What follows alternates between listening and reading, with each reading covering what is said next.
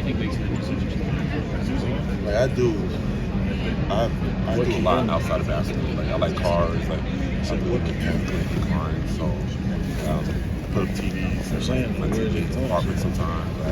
I do a lot. So like you'll see a lot of like other basketball players. And I hoop also. so you'll see a lot of basketball players. Do you sense that makes it different than maybe the normal college basketball? Yeah, like the right word. Yeah, like that is like you're right. Like it's not typical to see a college athlete. Like okay, they can like cars. Right? So like okay, something like fixing cars and like hanging up TVs. But you don't see that like ever. So it's kind of cool. Well, that doesn't even that too, yeah. A lot going on. Have you always been kind of well versed? I feel like there's so many athletes anymore where it's just you sleep and whatever. Have you always been kind of well versed? Yeah, like sleeping is like the main thing, but like some days you just gotta take your mind off like basketball and stuff like that, do other things. So it's not like because the season is stressful. It's early, so to have your mind to do something else. It's good. Is that something that comes from your upbringing? Is that just kind of you developed on your own? Is that something maybe your parents? Yeah, my dad has his own home theater installation company. So when I was younger, and still sometimes when I go back home, I work with him, put up TV and stuff. And as a family, we're into cars. Grandfather, dad, like everyone's into cars. So it's definitely been like upbringing from like a young age. So what's the car situation right now? You said beginning of the season you had to take something to Cincinnati. Yes. A couple weeks ago, I took my Lincoln to my lowrider up to Cincinnati, get some work done to it. Should be back this weekend. So if it's back this weekend, you can see some photos and some videos of it. So hopefully it's back this weekend. I'm excited. So why did you actually back? What kind of doing yourself? Just from like time standpoint, it was doing a lot within like a lot of welding and stuff under the car. I don't have a welder, so and just have some professional do with that. Like I know and has had like experience like low riders and stuff. So I just brought it to him. He's doing it. He's doing a good job. He's been sending me photos, so I've been seeing some little sneak peeks of it. So as I don't know that I've ever asked you something about this, but as a big in the Big Ten, and as a big in the Big Ten who doesn't necessarily you're not average. How have you in the last 2 years learned what it takes to be successful, despite having to give up a couple of inches to 100 Dickinson? But you learn, game in, game out. Obviously I'm on the side as a 5-man, but you gotta learn how to use your body, and use like different ways around shot like this. Obviously I've played post my whole life, so I have a wide frame, so just to get off your body and just shoot it over them. Not really be able to block it. So you definitely learn. And from practice standpoint, Felix, I'm going against Felix, and he's a really good shot blocker. And he's blocked a couple of my shots, and you learn how to get your shot not blocked. You learn different ways around it. So how different is that than maybe what you expected? So if you're coming in, you were around, you probably have an idea of what you think Big Ten plays going to be like. How is that different once you start going through it and seeing it firsthand as opposed to talking about it on pre-visits or prepared? Yeah, like when I was being recruited, Coach Love went to the most physical conference, and I kind of had an idea. But when my first Big Ten game, I was like, wow, this is actually really physical, and it was definitely an adjustment period. But you get used to it after the first and second game. What's coming. I know exactly. Well, when I first saw CCF, that goes to the Buckeyes, or CCF Racing. Yeah. Where did that come from? It was from one of the assistant coaches' daughters made it for me. And, it says my initials on it. It says EK, and it's white and red for Ohio State. And I love it. I told him I made that petition off. It's a plan. I'm going to have this on all the time. Did everybody get that? I think so. I don't know, actually.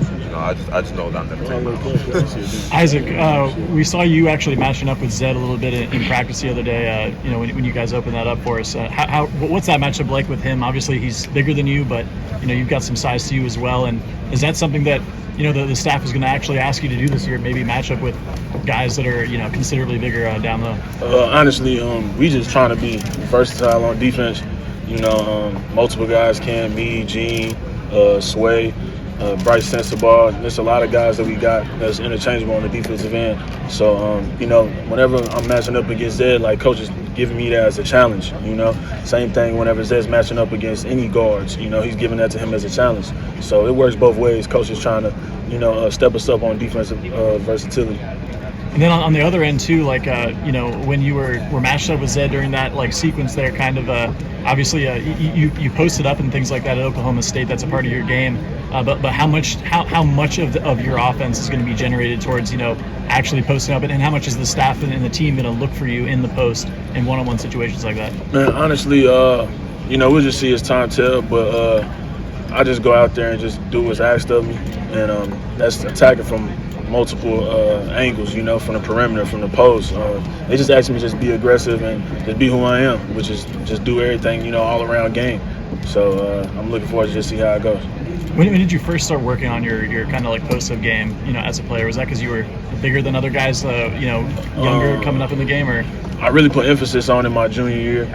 My junior year is when it really kind of started, and because the way that the game is being developed, versatility is highly valued. So it keeps you on the floor too, whenever you can play in multiple positions, multiple spots, gives you more minutes, keeps you on the floor, and everybody wants to play as much as they can. So just trying to be versatile out there. And Zed is a guy that specializes in the post and low post moves and things like that. How would you evaluate Isaac's skill set down there? No, it's pretty solid. He got his scoring the post sometimes, and I'd be like, not to me, of course, that would never happen. But he'd be down in the post sometimes, making jump hooks and stuff. I'm like, okay, that's tough. So his post game is definitely on point. If you guys had to pick one player not on your team that you're anticipating is going to be the hardest to guard this season, who would you say? I don't know any of these guys, so. Yeah, he's not. Just in general. I'd say Zed Key is always going to be a hard match. Yeah, I'm happy to say just because of his size and his strength. Yeah, 7'4". And then another one like that. If you could pick anyone from a different team to play with, who would it be? I'm solid with my guys right here, man. We have what we need at the house. So. I don't know any of these guys. Thanks, guys. Thank you. You gotta study out, man. Yeah. You got to do your homework. Nah, I know these guys, but I don't know these guys. You see what I mean? It's a message, Right. without the message. You guys have a lot of, there's a lot of top players from last year gone, but that's kind of a norm almost now in college basketball.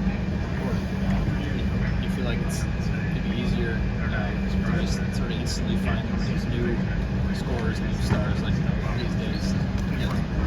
Do that because I need I think this group is going to be really special. We have a lot of special pieces, from transfers, Isaac, Sean, Tanner, even to the freshmen. They're all unique in their own way, and they all fit into this program, and they're, as I said, they're all special. So they all bring something to the table, and they're all going to be really good this year. that make playing other teams sometimes more of a mystery too. Like, you don't know who else is going to be really good in your team. Yeah, obviously, we have a completely new team, and obviously the guys like Isaac and Sean, Tanner, they can find film, but we're going to be we're really versatile. So the team's going to have some trouble with us. We can go small ball lineup. We can possibly go for large lineup. Have multiple bigs on the court. So we definitely going to be really versatile. That would never happen. That'd be crazy. That'd be crazy. Your Justice is, like you said, it's a whole new team. You guys have to kind of get it going really quickly. How much does it help you guys to have guys like Isaac, Tanner, Sean, who have won at other programs and know what it takes to build that culture? Yeah, it's really good. Obviously they played college basketball in their respective conferences, but they know what it takes. They know the grind and how hard the season can get. So it's good to have these older guys with us. That have been here at Ohio State, and they also help the freshmen too. Because the freshmen go to them too because they're older. They play college basketball too. So it definitely helps us out a lot. Justin? Yeah, I mean, like you said, we have a lot of guys that's transferred in, but they have some years under their belt. So having their experience, and us kind of meshing together our knowledge, things that we can figure out, especially as time goes on, it'll help us in the long run. Isaac, what did you learn about winning at Oklahoma State? Say that one more What did time. you learn about winning? Why were those teams good that you played on previously? Honestly, the teams was good because and the reason why we got here is the team chemistry. Team chemistry was real, and work ethic. The work ethic was real good, and here the standard that's already set. Winning at Ohio State. You don't want to be the team go below that standard. And these guys, we work every day like that's what we got to do. And Coach Holt, he doesn't ask for any less. Every practice, he's on us. There's always something that I could be doing better every single day. Like, he makes it uncomfortable for every single player out there. And, it's great to have in a coach, and just excited to play and win games. Justice in the league with so many bigs. What do you think is what proves the difference when it seems like every team can grow, try out a big guy, it's going to do some damage? What ends up being the separator between teams? Like as far as like our team matched up with their bigs. Like, is the difference between being elite in Big Ten and not? Is it having a big? Is it having guards who can compensate for when maybe a big cancels each other out? Like, what do you see as being a difference maker in a league where there are so many bigs? I do think that having bigs is a big part of the success of teams. Especially for our basketball leaders, having bigs that can really stretch the floor. Zed's been working on his outside shooting, which will help a lot. But I think in general, just every team has their own unique style of play. Something that gets done, something that's part of their culture. And ours is a lot of versatility. So I think that's what's been key to our success. What does it take to buy in? Every team, I'm sure, has to do this, but if you have a culture or a way that you want to play, that might not necessarily directly match up with this team can try out bigger players. What does it take for a team to be able to stick to what it wants to do and try to create the mismatch instead of trying to figure out how to cover maybe a mismatch? Yeah, that's just by us playing together. The more we play together, the more we figure out those pieces and those different lineups that we can really use to bring out the best of the team from whoever we're playing against. Whatever opponent is going to be different, and the good thing about our team is that we're real versatile. So having those pieces we can mix in and mix and match really helps. For you and for Tice, you guys both could be handling the point at various times throughout the year. How important is it going to be for you to establish a backcourt and establish a backcourt rotation? Like I said, given all the fact that there are so many bigs in this league, I feel like that might end up being a differentiator between teams whose guards can rise up. How much do you guys feel that? How ready are you both to step in there? Yeah, I think it's unique. Something really unique about our team is being able to have the set of ball handlers that we have on this team, and creators. Really, I think that's definitely going to set us apart, especially now that we're down the road. Creating mismatch opportunities and just to really give the other team a hard time guarding us. But yeah, Ice and I, I think it's real important, and he can tell you how big it's been in practice, especially seeing the team. Yeah, just to piggyback off what Sway said, I feel like it's real important because I feel, although there's many talented bigs in this league, I feel as if, guards really win games for you, because they have to make the decisions at the end of the day. They got to give it to the bigs, They got to take care of the ball. They got to know time, score, situation. Just a bunch of different things that guards have to handle and do. And so, Bruce Thornton, talented young guy. Sway, really talented. I'm talented. Sean, talented. We just got such a great backcourt, plethora of guys. And, whenever you got guys that can handle it, create, size, speed, Bruce Thornton, although he might be, 6'2", he's strong, though, so it's just great to have. And, all of us unselfish guys, so we really share it well, and just whoever gets it, pushes it, it makes the pace of the game faster. And, so it should be fun. A couple of years ago, Bolton used the phrase normalize struggle when it came to freshmen. And he's talking about EJ and DJ and that freshman class and Justice for a year for that. He used the phrase again this season, talking about you're going to have to normalize struggle for this freshman group. From your viewpoint, what was it like going through that? I know you were playing 10 years ago, but what was it like watching that team go through some of that and watching a guy like EJ take that and handle it the right way? to become a great player? Yeah, I mean, I think it's a testament to all great players. I think every player at some point in their career experiences that level of trouble, that uncomfortableness that they have to go through, especially early on in the years, like you said, as a freshman. But ultimately, it's what you do with that, how you handle it, how you carry yourself, and having great support behind that will help mesh you into the type of player that you can be. Have you seen some things from these freshmen that maybe remind you in any way of what EJ was going through and what player he was? Yeah, it's only October right now, so we're a couple practices in, but every day, we're throwing stuff at the new guys. We're all throwing stuff at each other just to get us out of our comfort zone, because we know it's bound to happen come November and throughout the rest of the entire season. So we're just trying to get comfortable with being uncomfortable and being able to accept that and push through that. Isaac, I'm curious. I remember a couple years back you were playing USA basketball. You were with Cade and Jalen Green and Scotty Barnes, guys like that.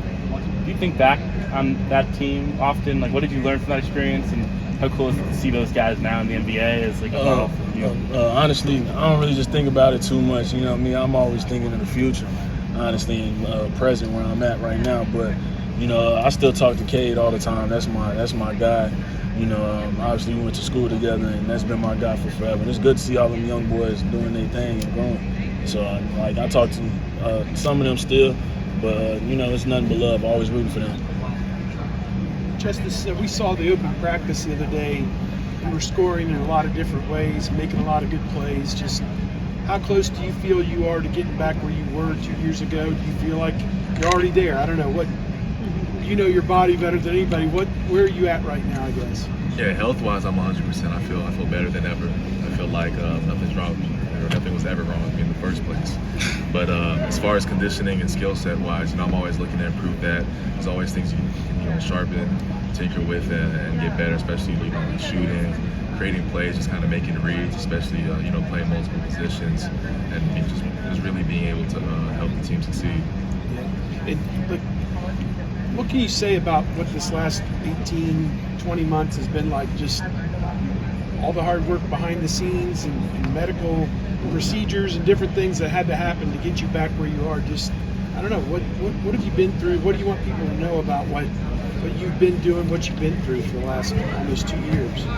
Yeah, I mean, shoot. I think I've had the injury for about a year before everything got better. But yeah, it was a dark time, tough time. But during those times, I looked to God, my family, to really help push me through those hurdles in life that I think everyone is going to experience at some point. It might happen to be this injury, and I look at it as a testament to me, just overcoming something that needed to be overcame, so I can get to my end goal. And regardless of how long it took, I know I was going to get back. I know I was going to get healthy, and I know I was going to be able to help this team win. Zed, do you have you shown that you'll be able to have like a green light to shoot a 3 or 2 every game this year at this point, or is it one of those things where like once the season starts, Holman's going to be like, just stay in the post and stuff like that? No. I'm definitely going to have the green light to be able to shoot this year. I've worked really hard with the coaches this summer on expanding my game in that area and other areas. So and they want me to shoot. It helps expand out the defense and open up driving lanes to basketball offense. So they definitely want me to shoot, and I'll definitely be shooting some threes this year. With it being like more of a guard-heavy kind of roster makeup this year, is that gonna how will that impact like your post-up touches and stuff like that? Is that create more space for you to get more kind of looks down low now that there's not as much enclosure down there? Yeah, I think the touches will be there. We do have a lot of guards, but everyone's able to make plays, so teams can't really focus on say me down in the post, because I'll just kick the ball out and someone else will make a play. So we definitely have some players on this team. Ice, where does your nickname come from? You said nickname Ice? Yeah. Man, really, it's just a childhood nickname, and really it's just stuck with me my whole life. That's why, like, even sitting here, everybody calling me Isaac and stuff is weird to hear. Like, nobody, not even, nobody ever calls me that. I used to watch games of last year, and I'll be listening to the TV guys, and they'll be like, Ice Likely. Like, nobody calls me Isaac. It's just weird, but at the same time, no, I don't know. It's just stuck with me ever since my childhood. What was it, something like that someone, like maybe a sibling that didn't say your name the right way and it just became Ice, or what's how did that come about? It started right once I got to high school, honestly, like my freshman year, right when I got to high school. And I remember his name, Robert Morris. It's his little, Robert Morris, though. He gave me that name, Ice, and then it just passed on throughout the whole city, and really everybody just started calling me Ice. And I really sometimes think that's my real life first name. I'm gonna be real with you. Sway. Do you have a childhood nickname? Do you have a childhood nickname, or is it Sway? Sway. Swayster. You've been part of some really good defensive teams. You look at this Ohio State team, you're like, on paper, it might be pretty good defensively, but with so many new faces. How is that adjustment period for so many new faces to be really elite defensively like you might be able? Defense really is just an effort thing, and the coaches, I believe, got a good game plan for us defensively and how we're going to do our defense this year. And so we just got to buy in and really commit to it. And then we're still working on it daily. Like Sway said, we only into a couple of practices, but we're working on it daily, just trying to commit to what we're doing defensively, our defensive scheme. And, it won't be on point in November. It won't be on point in December. But, whenever it's time to buckle down, I think we'll get it right. Base, what is in your Twitter bio? You have Isaiah 41:10. What is that verse there? Isaiah 41:10. Yeah. It just lets me know that pretty much I got anything that I want in life. It gives me an opportunity to just feel like I can be me and bet on myself. Because Isaiah 41:10, it says, "Do not fear, for I'm with you." And sometimes in life, whenever you're making decisions and making moves, you never know if that's the right move. So every move that I make in life, regardless, even from when committing here or if I was even going to do another year, anything, I just don't fear, because he said, "Don't fear, because I'm with you." So. Do you remember where you were when that first resonated with you? My mama, she sent me Isaiah 41:10, and it really became a pregame ritual thing for me. I prayed before the game, and then I finished out by saying that verse, and ever since then that's just been my thing, and that verse really just stuck with me. It became my banner verse, so it's in my bio. I put it on my shoes. Sometimes, not every shoe, but I put it on my shoes sometimes, and a lot of the times I wake up in the morning and I start my day off by saying that verse, whether I'm in the car or waking up, anything. You said your mom said it to you. Was that when you were playing at Oklahoma State? Yes. Just called me on the phone.